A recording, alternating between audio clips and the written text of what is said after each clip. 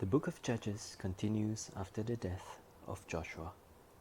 The Israelites are occupying Canaan, and God wants them to completely destroy or drive out the former occupants.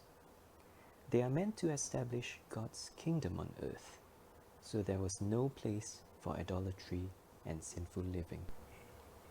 In Joshua chapter 23, Joshua's farewell speech before his death is basically about following God and only Him. This is summed up by Joshua 23 verse 11. So, be very careful to love the Lord your God.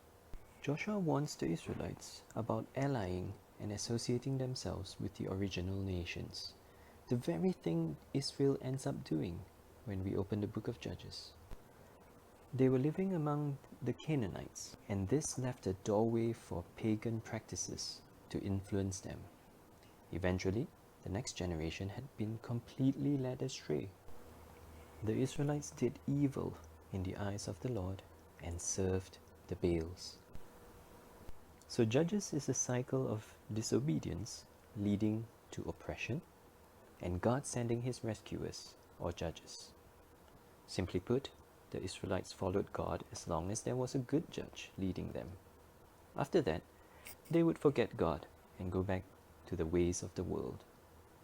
They forget that God is the ultimate deliverer. How about us? Are we too preoccupied following good Christian leaders or teachers? Barak chose to follow Deborah, even though God gave him clear instructions and assured him of victory. His faith was not firmly placed in God alone.